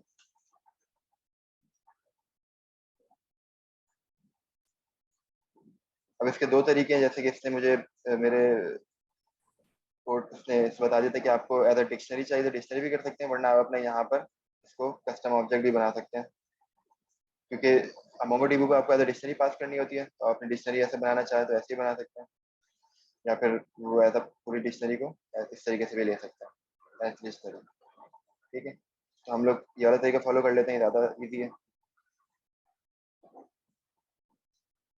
अब ये क्या करेगा, ब्रेनी कोड पाइपलाइन क्या करेगी, जब इनिशियलाइज होगी तो वो आपका कनेक्शन एस्टेब्लिश करेगी, डेटाबेस को देखेगी और कोड कलेक्शन को अपने पास यहाँ पर टॉप पे उसने इनिशियलाइज करा दिया। अब जब प्रोसेस आइटम का फंक्शन हर कॉल बैक पे कॉल होता है, जब भी आप यहाँ से कुछ यील्ड करते हैं डाटा को अपने, तो वो आपके पास कहाँ पर आएगा, पाइपलाइन के अंदर प्रोसेस आइटम के फंक्शन के अंदर आएगा, वो आपको यहाँ पर मिल जाएगा। अब उस आइटम के अंदर मैंने उसको मैनिपुलेट किया, यहाँ पर एक नई फील्ड ऐड करके कॉल ऐड की, यहाँ पर मैं करंट डेट टाइम सेट कर सेव करा रहा हूँ और इसको डेटाबेस के अंदर सेव करा रहा हूँ। तो सबसे पहले हम लोग चलते हैं अपने डेटाबेस के ऊपर और लोकल होस्ट में मैंने कनेक्शन बना लेता हूँ। यहाँ पर जो हमने डेटाबेस का नेम डिफाइन किया था ब्रेनी कोड, वो डेटाबेस यहाँ पर इनिशियलाइज कर लेते हैं। ठीक है, मेरे पास डेटाबेस यहाँ बन चुका है, कलेक्शन जो है वो मोंगोडीबी खुद बना लेगा। अब ये मैंने पैटर्न यहाँ बना तो लिए, लेकिन अभी ये यूज नहीं हो रही होगी क्योंकि हमने अभी इसको सेटिंग्स के अंदर इनेबल नहीं किया जाता। तो हमें यहाँ पर पाइथन पाइपलाइन के अंदर इसको बताना पड़ेगा कि ब्रेनी कोड पाइपलाइन, मतलब हमारा प्रोजेक्ट का नाम ब्रेनी कोड, इसके अंदर पाइपलाइन के अंदर ब्रेनी कोड पाइपलाइन के नाम से एक पाइपलाइन है, इसको यूज़ करना है और उसकी प्रायोरिटी क्या है, क्योंकि आप मल्टीपल पाइपलाइन बता सकते हैं, तो आप उसकी प्रायोरिटी डिफाइन करते हैं।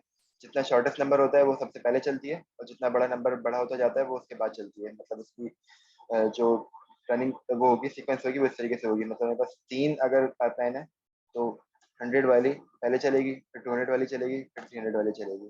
फॉर एग्जांपल मेरे पास एक वैलिडेशन की पाइपलाइन है, मैंने सबसे पहले डाटा वैलिडेट कराया, फिर उसके अंदर क्लीन किया और फिर उसके अंदर इंपोर्ट टू मोंगोडीबी। तो इस तरह मैं मल्टीपल पाइपलाइन बना सकता हूँ और उसकी प्रायोरिटी सेट कर सकता हूँ कि पहले कौन सी चलेगी। तो डाटा पहले यहाँ पर आएगा, फिर क्लीन के पास अच्छा जाएगा, असद, ये फिर क्वेश्चन है मोंगोडीबी यहाँ इंपोर्ट पे, होगा।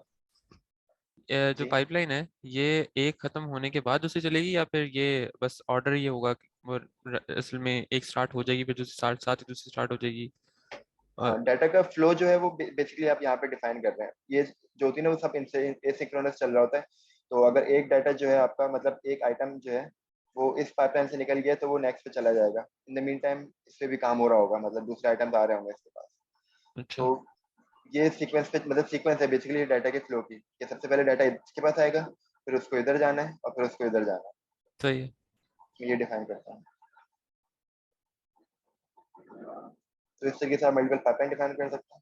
फिलहाल हमारे पास एक ही पाइपलाइन है तो हमने यहाँ पर ये पाइपलाइन का नेम दे दिया, क्लास का नेम। अब जब मैं इसको रन करूंगा तो ये आपका डाटा जो है मोंगोडीबी में सेव करना चाहिए।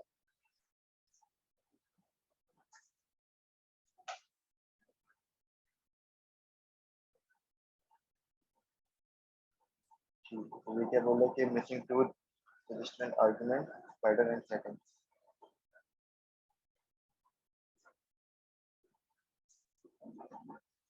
सही, तो हमें इनिशियलाइज के अंदर बाय डिफॉल्ट जो होते हैं वो कभी भी आपको ये स्पाइडर सेटिंग नहीं मिल रहे होते। तो अगर आपको ये चीज़ चाहिए होती है तो उसके लिए आपको एक फ्रॉम क्रॉलर का एक मेथड होता है, क्लास मेथड है स्क्रैपी का, वो यूज़ करना होता है। इसके अंदर आपको बेसिकली क्लास मिलती है और क्रॉलर मिलता है। अब उस क्रॉलर के अंदर से आप स्पाइडर भी ले सकते हैं, सेटिंग्स भी ले सकते हैं। तो अभी हमें यहाँ पे स्पाइडर की नीड नहीं है, तो हम लोग स्पाइडर जो है वो रिमूव कर देते हैं अपना यहाँ से। Sorry, सिर्फ हमें सेटिंग चाहिए तो हम सेटिंग ले लेते हैं। ठीक है, तो ये मेथड बेसिकली हमें चाहिए होता है जिसके अंदर हम इनिशियलाइज के अंदर मतलब कंस्ट्रक्टर में क्या इनिशियलाइज कराना है या क्या पास करना है वो अब यहाँ से पास कर रहे होते हैं। तो अब मुझे होपफुली सेटिंग्स मिल जाएगी। तो अभी डाटा मेरा यहाँ पर पास होना शुरू हो चुका है। अगर मैं मोंगोडीबी में जाता हूँ उसको रिफ्रेश कर दूँ तो यहाँ पर एक कलेक्शन बना दिया होगा इसने, और इस कलेक्शन के अंदर मेरे पास यहाँ पर डाटा आना शुरू हो गया विथ ब्रॉड एड। तो इस तरीके से आप इजीली अपने डाटा को किसी भी डेटाबेस के अंदर सेव करा सकते हैं। अब ये देखें डाटा कंटिन्यूसली डेटाबेस के अंदर सेव हो रहा है, काउंट आपका बढ़ता जा रहा है। थोड़ा सा जूम इन करना, अगर आप देख सकते हैं तो 7012 डाटा मेरे पास यहाँ पर आ गया और ये स्क्रैपर हो गया हमारा कंप्लीट। तो इस तरीके से आप डेटाबेस में किसी भी डेटाबेस में इजीली डाटा को सेव करा सकते हैं।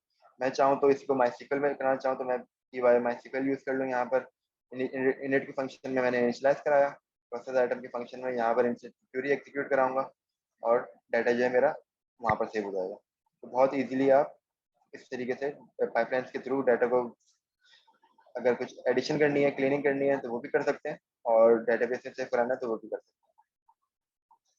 तो ये था पाइपलाइन। इस पर किसी का कोई क्वेश्चन है?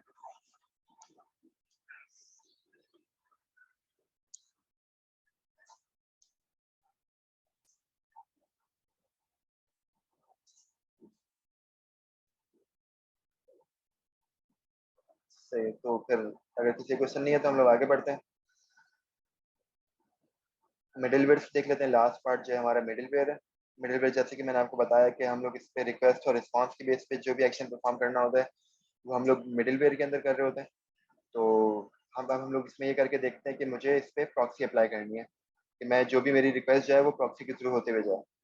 तो वो काम मैं क्या करूंगा, प्रोसेस रिक्वेस्ट के अंदर करूंगा, क्योंकि रिक्वेस्ट जाने से पहले प्रॉक्सी अप्लाई होगी, ऑब्वियसली बात है। तो ये काम प्रोसेस रिक्वेस्ट के फंक्शन के अंदर होगा। तो मेरे पास एक प्रॉक्सी है जो कि एक प्रॉक्सी सर्विस है, स्क्रैपर एपीआई। इसके बाद मेरे पास फ्री ट्रायल मैंने यहाँ पर यूज़ कर लिया है, तो इसको हम लोग यूज़ कर सकते हैं अपने पास। तो ये बेसिकली क्या करता है कि इसके अंदर आप ये आपको एपीआई की देते हैं और यूआरएल देते हैं, और इसके अंदर अपना यूआरएल जब पास करते हैं तो ये जो रिस्पांस आपको रिटर्न करते हैं वो प्रॉक्सी भी रैंडम प्रॉक्सी से, इनके पास जो पूल ऑफ प्रॉक्सी है उसमें से किसी रैंडम प्रॉक्सी से प्रोसेस करके आपको रिस्पांस रिटर्न कर देते हैं। तो अगर मैं इसको सिंपल यहाँ पर HTTP पिन बेसिकली क्या करेगा, आपकी करंट आईपी रिटर्न करता है। तो अब मेरी करंट आईपी अभी ये है, लेकिन अगर मैं प्रॉक्सी के थ्रू जाता हूँ तो मेरी आईपी डिफरेंट आनी चाहिए। तो ये आपको डिफरेंट आईपी यहाँ पर आ गई 213.139। इसको मैं फिर रिफ्रेश करूंगा तो मेरे पास होपफुली डिफरेंट प्रॉक्सी आएगी। ये देखिए प्रॉक्सी चेंज हो गई, 23 हो गई। तो जितनी बार रिफ्रेश करूंगा इनके बाद जो रैंडम पूल ऑफ प्रॉक्सी है उसके अंदर से ये किसी भी प्रॉक्सी से रिस्पॉन्स जो है मुझे रिटर्न कर रहे होंगे। तो इस प्रॉक्सी को हम लोग यूज करना है हमने। तो इसको यूज करने के लिए हम लोग यहाँ तक यूआरएल कॉपी कर लेते हैं इसका, और अपने प्रोसेस रिक्वेस्ट के फंक्शन के अंदर आते हैं। यहाँ पर मैं कमेंट हमारा रिमूव कर देता हूँ सारे। अब मुझे प्रॉक्सी यूज़ करनी है यहाँ पर, तो मैं क्या करूँगा, मुझे यूआरएल अपडेट करना है। तो मुझे सबसे पहले जो करंट यूआरएल है रिक्वेस्ट का वो ले लेता हूँ, जो कि रिक्वेस्ट के अंदर आ रहा है यूआरएल के अंदर, रिक्वेस्ट डॉट यूआरएल करके। ठीक है, अब इस यूआरएल को मुझे अपडेट करना है। यूआरएल को अपडेट करने के लिए न्यू यूआरएल को मैंने देख लिया। न्यू यूआरएल इस तरीके से बनेगा मेरा, जिसमें मेरा स्क्रैपर एपीआई का लिंक होगा और यूआरएल के अंदर यूआरएल होगा। ठीक है,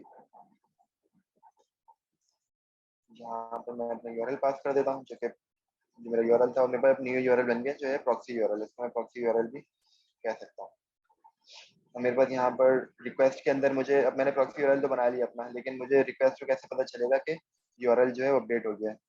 तो मैं रिक्वेस्ट रिटर्न करूँगा और इसके अंदर रिप्लेस में यूआरएल को बोल दिया कि प्रॉक्सी यूआरएल, तुम्हारा जो नया यूआरएल है वो प्रॉक्सी यूआरएल है। ठीक है, अब हम यहाँ पे रिक्वेस्ट रिटर्न कर रहे हैं, तो ये फिर दोबारा से मेरे पास एक इनफाइनाइट लूप चल जाएगा। अगर मैं यहाँ पर इसको ऐसे रिटर्न करा दूँ तो यहाँ पर ये इनफाइनाइट लूप चल जाएगा मेरा, क्योंकि हर बार रिक्वेस्ट रिटर्न होगी, वो फिर प्रोसेस रिक्वेस्ट के पास आएगी, वो फिर वापस चली जाएगी। तो इस चीज़ से बचने के लिए हम लोग इसको ये कर सकते हैं कि मैं यहाँ पर चेक लगा लूँ कि अगर यूआरएल के अंदर, सॉरी, जो आपका रिक्वेस्ट का यूआरएल आ रहा है, if URL if scraper API in URL, मतलब ऑलरेडी हम लोग प्रॉक्सी का यूआरएल बना चुके हैं इस रिक्वेस्ट के साथ। तो क्या करो, कुछ भी रिटर्न नहीं करो, मतलब ऐसे रिटर्न कर दो, वापसी चले जाओ, इनफाइनाइट लूप में नहीं जाओ। अगर स्क्रैपर पे ऐड नहीं हुआ है तो फिर प्रॉक्सी यूआरएल, मतलब इस प्रॉक्सी यूआरएल बनाओ और रिक्वेस्ट रिप्लेस करके आगे भेजो। ठीक है, अब मैं अगर इस मिडलवेयर को यूज़ करूँगा तो वो जो भी रिक्वेस्ट नहीं भेजेगा वो इस प्रॉक्सी के थ्रू भेज रहा होगा, अपडेटेड यूआरएल के थ्रू। मैं सेटिंग्स में जाता हूँ। अब मुझे मिडलवेयर यूज़ करने के लिए भी उस मिडलवेयर को इनेबल करना पड़ेगा। तो यहाँ पर डाउनलोडर मिडलवेयर बताया हुआ है हमने, इसमें यहाँ पर इसका नेम दे दिया मैंने, और इसको अब मैं अब यूज रन करके देख लेता हूँ। तो हम लोग डाटा अपना एम्प्टी कर लेते हैं सबसे पहले, फिर इसको स्टार्ट करते हैं।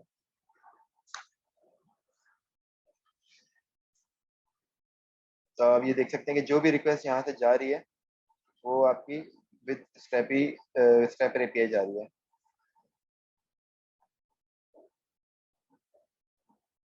इसने क्या किया है कि ये स्क्रैपी बाय डिफॉल्ट जो है robot.txt को यूज कर रहा होता है, और वहाँ पे चेक कर रहा होता है कि इसने स्क्रैपिंग अलाउ की हुई है या नहीं की हुई। तो इसको यहाँ पर नहीं मिल रही, तो हम लोग जाते हैं और robot.txt को बंद कर देते हैं कि robot.txt को चेक नहीं करना। अब इसको कॉल करके देखते हैं।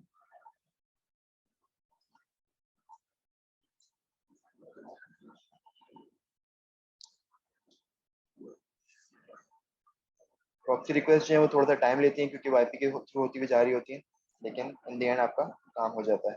अब देखिए, इसमें आप देख सकते हैं कि जितनी भी रिक्वेस्ट है आपकी वो सारी यूजिंग प्रॉक्सी होती हुई जा रही है। वेडिंग कोड्स और उसके अलावा नीचे आर्ट कोड्स आ गए। तो जितने भी यूआरएल आपके बन रहे हैं, सारे यूआरएल मिडिलवेयर के अंदर अपडेट हो रहे हैं, और उसके अंदर आपका ये प्रॉक्सी इंटीग्रेट हो रही है, और ये प्रॉक्सी इंटीग्रेट होते हुए आपकी जो भी रिस्पॉन्स आ रहा है वो प्रॉक्सी के थ्रू आ रहा है।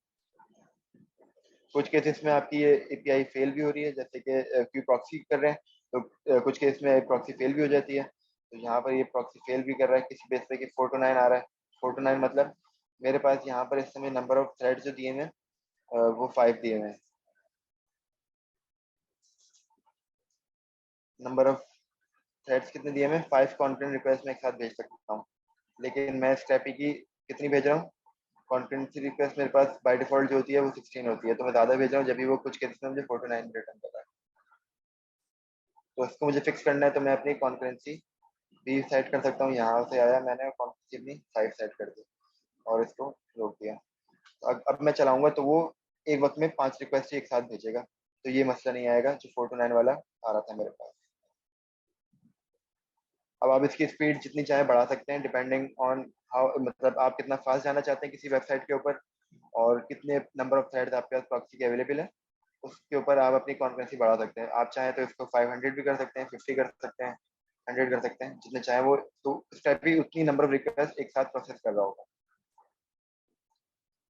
तो इस तरीके से आप डेटाबेस पे इंटीग्रेट कर सकते हैं यूजिंग पाइपलाइन, और मिडलवेयर के थ्रू आप प्रॉक्सी इंटीग्रेट कर सकते हैं। इसमें किसी का कोई क्वेश्चन है?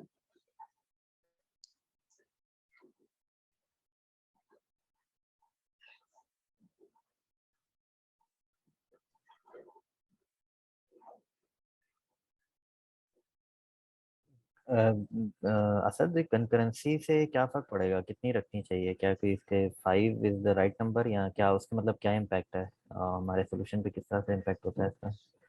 जितनी कॉन्करेंसी आप ज़्यादा रखेंगे वो उतनी ज़्यादा फास्ट जो है आपकी वेब स्क्रैपिंग होगी, मतलब नंबर ऑफ रिक्वेस्ट एक साथ भेजेगा स्क्रैपिंग, उतनी जल्दी आपकी क्रॉलिंग होगी। लेकिन अच्छा। इसको कुछ आपको इस तरह से रखना पड़ती है कि आपकी जो बेसिकली नेटवर्क की बैंडविड्थ है उसको भी आपको नज़र में रखना होता है, और उसके अलावा वेबसाइट जो है वो आपकी कितनी कंटेंट रिक्वेस्ट को सपोर्ट कर सकती है वो भी आपको देखना होता है।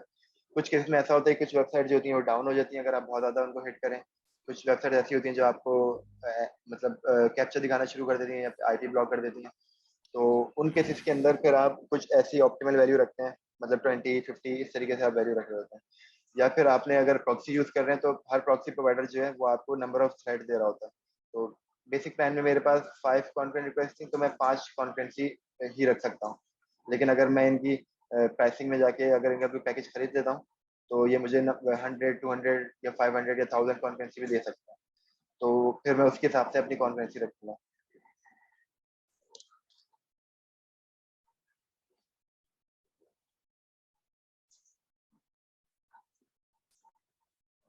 तो यहाँ सही। तक अगर स्टेप ये क्लियर है तो हम लोग फिर वाली डिस्कस कर लेते हैं जो आपने सवाल पूछा था, पहला लीगैलिटी का था। हाँ, और दूसरा वो डायनामिक, अगर वेबसाइट का कंटेंट चेंज हो रहा है तो प्रोडक्शन पे कैसे उसको हम, कैसे उसको ओवरकम कर सकते हैं इस तरह के प्रॉब्लम्स?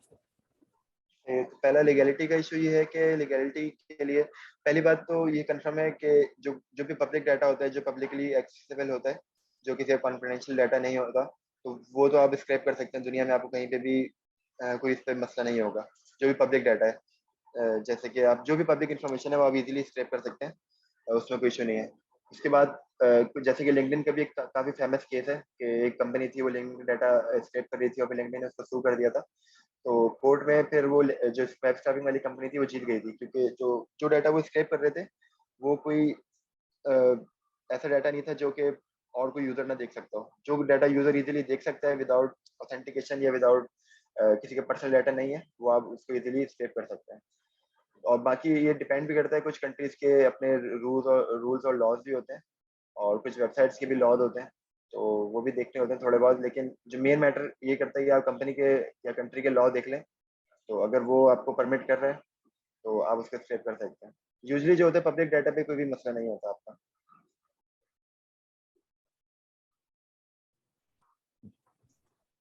और वो second was related to G website getting change.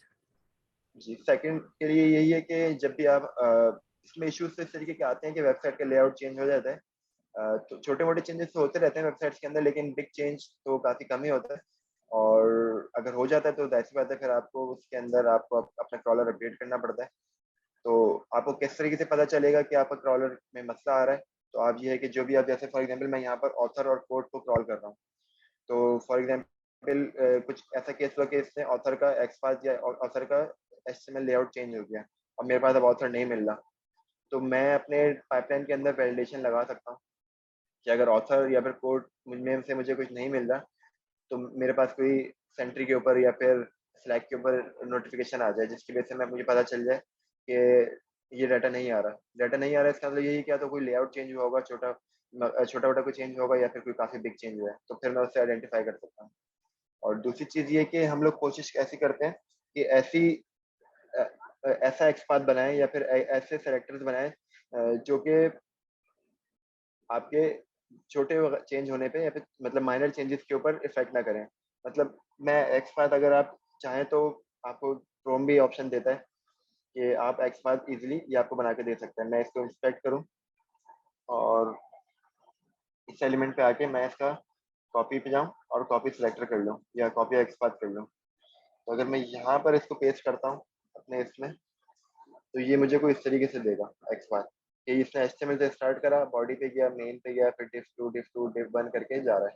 तो ये भी एक वैलिड एक्सपाथ है। लेकिन ये आपका, अगर डिफ के अंदर कुछ भी चेंज हो जाता है, मतलब उसने ये डिफ हटा दी और सिर्फ ए रहने दिया, तो ये आपका XPath जो है क्रैश हो जाएगा। लेकिन जो हमने बनाए हैं उसके अंदर हम पेरेंट डिफ पे जा रहे हैं, मतलब पोर्ट लिस्ट से स्टार्ट करा हमने, और फिर उसके बाद इनर डिफ पे जाके उस एलिमेंट को उठा रहे हैं जिसकी आईडी में POS_है।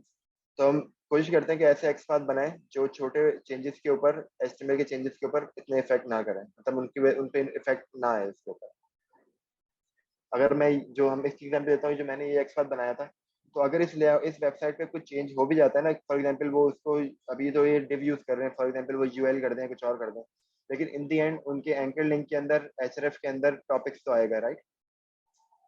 तो ये मेरा href जो है ना, ये उसके इसमें भी काम करेगा। अगर मैं इसका लेआउट भी चेंज कर दूं, मतलब ये सारे एक टेबल के अंदर भी दिखाना शुरू कर दूं, तो भी एंकर लिंक के अंदर /topic// तो आएगा ही आएगा।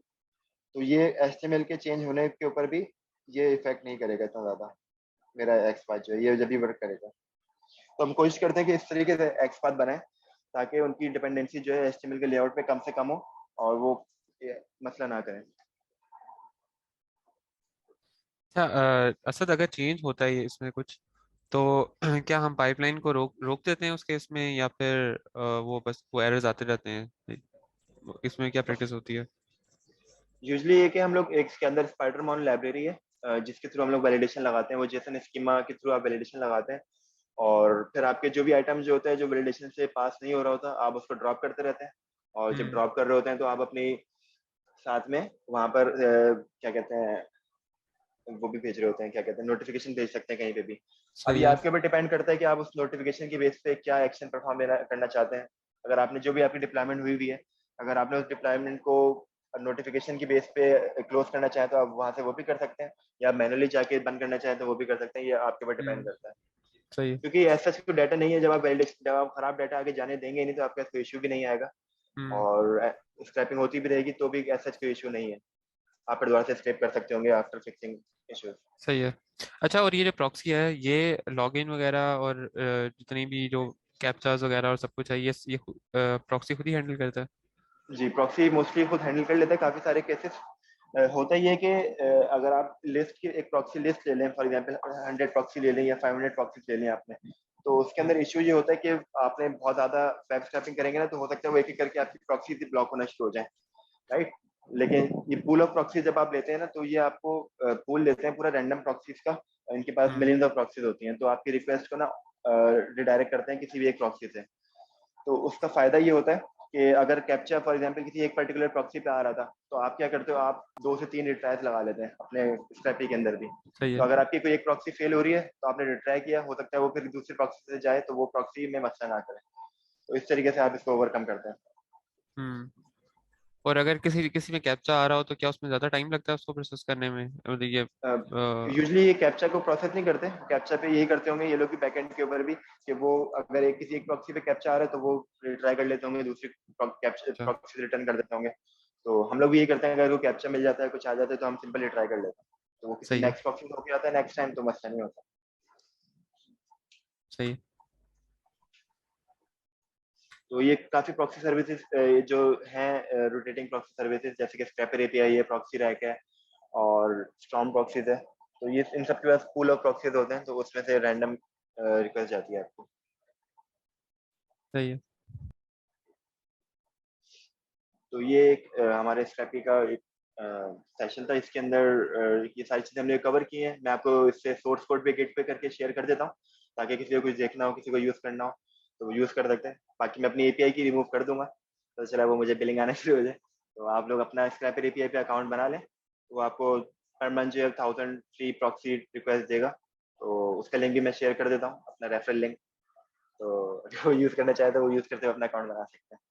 बाकी किसी को कोई क्वेश्चन हो तो वो पर्सनली भी पूछ सकता है, कोई इसमें कोई इश्यू की बात नहीं है, या ग्रुप पे पूछना चाहे तो ग्रुप पे भी पूछ सकता है। बाकी वीडियो जो है वो शाबिर शेयर कर देंगे सेशन की। हाँ यार, बस बिफोर एंडिंग दिस सेशन एक ह्यूज थैंक यू यार। मेरे ख्याल से ये एक सेशन ही था, it was a crash course और तुम्हारी स्पीड की वजह से जो है ना, we were able to complete it with an hour. So thank you very much. I think काफ़ी यूजफुल होगा हमारे लिए एज अ रिसोर्स, तो we'll definitely upload it on YouTube for जब भी हमें जरूरत होगी। अगर किसी के कोई फर्दर क्वेश्चन नहीं है तो I think we can close this session.